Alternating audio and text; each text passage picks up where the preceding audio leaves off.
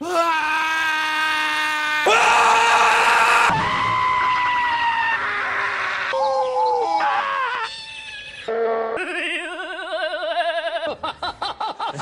where are my socks? Honey, where are my socks? Honey, where... Daddy, would you like some sausage? Daddy, would you like... Fucker! You fucker! Fucker! Oh! What the f... Hello again, everyone. This is Bionic Slime. I'm your online voice for reviews of your choice. Thank you all for returning to another installment of BS Reviews. This time I'll be reviewing the first anime film off the infamous Pokemon anime series entitled, appropriately, Pokemon the First Movie. I actually was originally a long time supporter of Pokemon. I liked it in the original series when it first started out, and I actually tried my best and hardest to stay with the series as long as humanly possible. Unfortunately, the series' length extends far beyond human capacity for liking it. At least I know with most fans that I've discussed this with. However, my one salvation for this series lied in the fact that the Pokemon movies were actually very enjoyable, very well drawn and animated, and they managed to work out by keeping things interesting because you didn't have to worry about the clutter of the storylines from the original series. And they didn't have to worry about them connecting so you didn't miss anything, even though this movie does actually connect to the story of the show, but I digress. This movie is brought to you by Warner Brothers and for Kids Entertainment. You know, you guys can stop hissing about it for right now. I know they butchered One Piece, but that's not what this is about. It was directed in Japan by Kunihiko Yuyama and written by Takeshi Shudo. It was changed over by an American director for American audiences with the dub by Michael Hagney. And it stars the vocal talents of Veronica Taylor as Ash Ketchum, Philip Bartlett as Mewtwo, Rachel Lillis as Misty and Jessie, Eric Stewart as Brock and James, Addie Blaustein as Meowth, and Ted Lewis as Giovanni. The plot of Pokemon the First Movie. Out of the original 151 Pokemon, one of the most mysterious and most elusive has been the Pokemon Mew, a strange pink cat-like psychic Pokemon who is long believed to be extinct and no longer along this earth. However, Team Rocket leader Giovanni hired a group of scientists to clone DNA found from a Mew fossil to recreate a much more powerful and more evolved form of Mew entitled Mewtwo.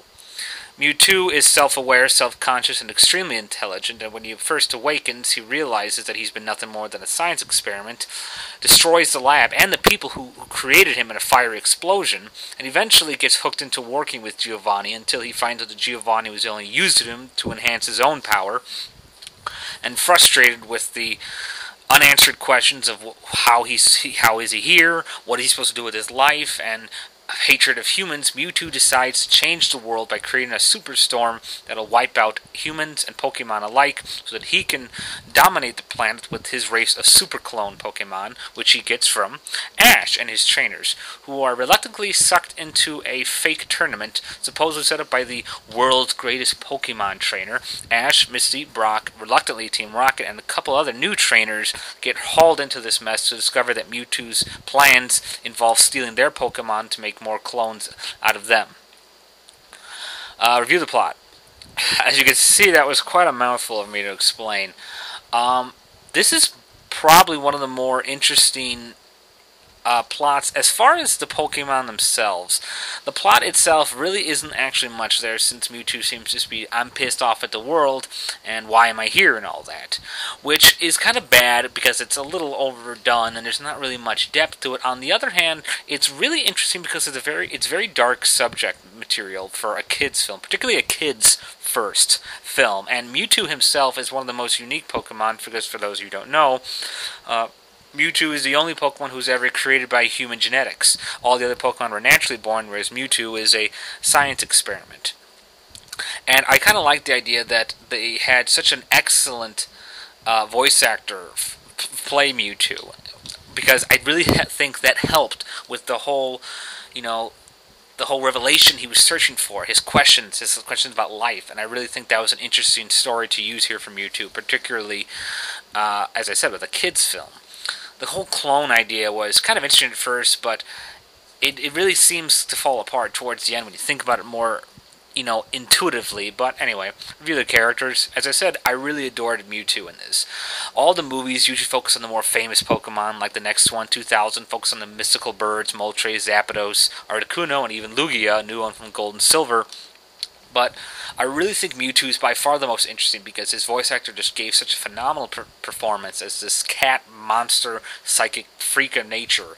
And you really could feel the depth of his sorrows in his voice. I think they did a great job making him question life, question reality, everything. And I really liked that.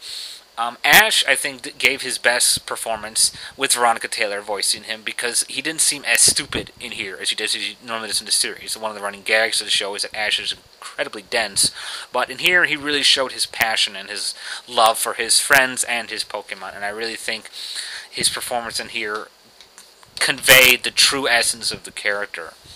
All the other characters did, okay for their time. For what they needed. Misty, Brock, Jesse James. Meowth had a pretty good role. Giovanni was interesting in the beginning. I liked him. I wish we could see more of him. Review of the animation and the music. Animation was actually quite beautiful here. Some of the scenes were redone over with computer effects, which normally I feel diminish the film's natural animation quality goodness, but in this case I believe it enhanced it. The cool CGI depictions of the swirling clouds, Mewtwo's opening and closing front doors, and just the overall appearance of the sky with the storm and everything. I really think the computers actually helped here. The animation was really incredible during the clone fights, particularly with Venusaur, Blastoise, and Charizard when they initially fight in the arena. Nice fluid animation on the fight sequences, including when the clones actually first come out. I really like the whole animation done when Mew and Mewtwo actually meet and battle it out across the field, everything blowing up and shit. I really think this movie gave such a great array of beautiful scenery that I think worked well. Music was good. It wasn't great. Sometimes there were some pop English songs that were introduced into the film, and at times it didn't really feel necessary. It just kind of felt tacked on. The Pokemon opening theme really doesn't bother me. It's not a big deal. I also thought that the way they conveyed the music at the end, particularly with the big final fight scene involving Ash, Mew, and Mewtwo, I think that went well, and I'm glad they didn't cock that up with the American music. Sometimes it felt a little inserted, if that makes any sense. But I think it was pretty good overall. Flaws about the film. There's a couple weird things that don't really make any sense. As Nostalgia Critic pointed out quite accurately in his review, if you don't know anything about Pokemon, this isn't going to make any sense to you. So parents who are taking it to see this film are going to be totally lost. Another problem is that even if you do watch the show, you're going to be even more lost because there are characters in there who appear and they don't ever explain them, don't ever introduce them. They're just there. There's these three new guys, Corey, Fergus, and Sheena or something like that. There's these street trainers who also get hooked into the Mewtwo deal. They're just there, but they're never introduced, and it's like, what are they there for besides just to give Pokemon clone fodder? It's like, you could have bothered giving us some introduction to them. There's also this weird prophetic woman who appears with Officer Jenny earlier in the film talking about some sort of prophecy about Mewtwo and these storms of waters. That was really freaking retarded because it made no sense. It's like, who the hell is this lady? She just speaks all poetic, like Robert Frost or some shit, and it doesn't really make any sense why she's there or how she knows all this. It's just kind of inserted. Another thing that bothered me, some of the Pokemon's names were spoken incorrectly by the characters. Now, if you have the time to dub all over all these characters' voices, you really think that the creators would actually figure out what the frick the Pokemon are actually called to say them the right thing?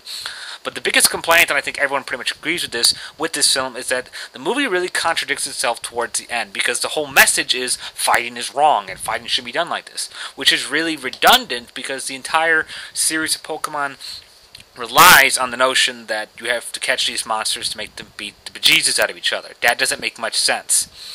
It's unfortunate because this is the only Pokemon movie that really deals with such dark, serious matter, but it cocks it up by putting some of the most obvious fluff material in there. This whole non-fighting friends brother bullshit that they insert in the end, I think really dampened the dark, good mojo that the movie was working in the beginning. Mewtwo had some excellent story material with this whole questioning God and life sort of thing, but this whole friendship brother thing kind of ruined it at the end. So it's kind of it kind of cancels each other out in a way.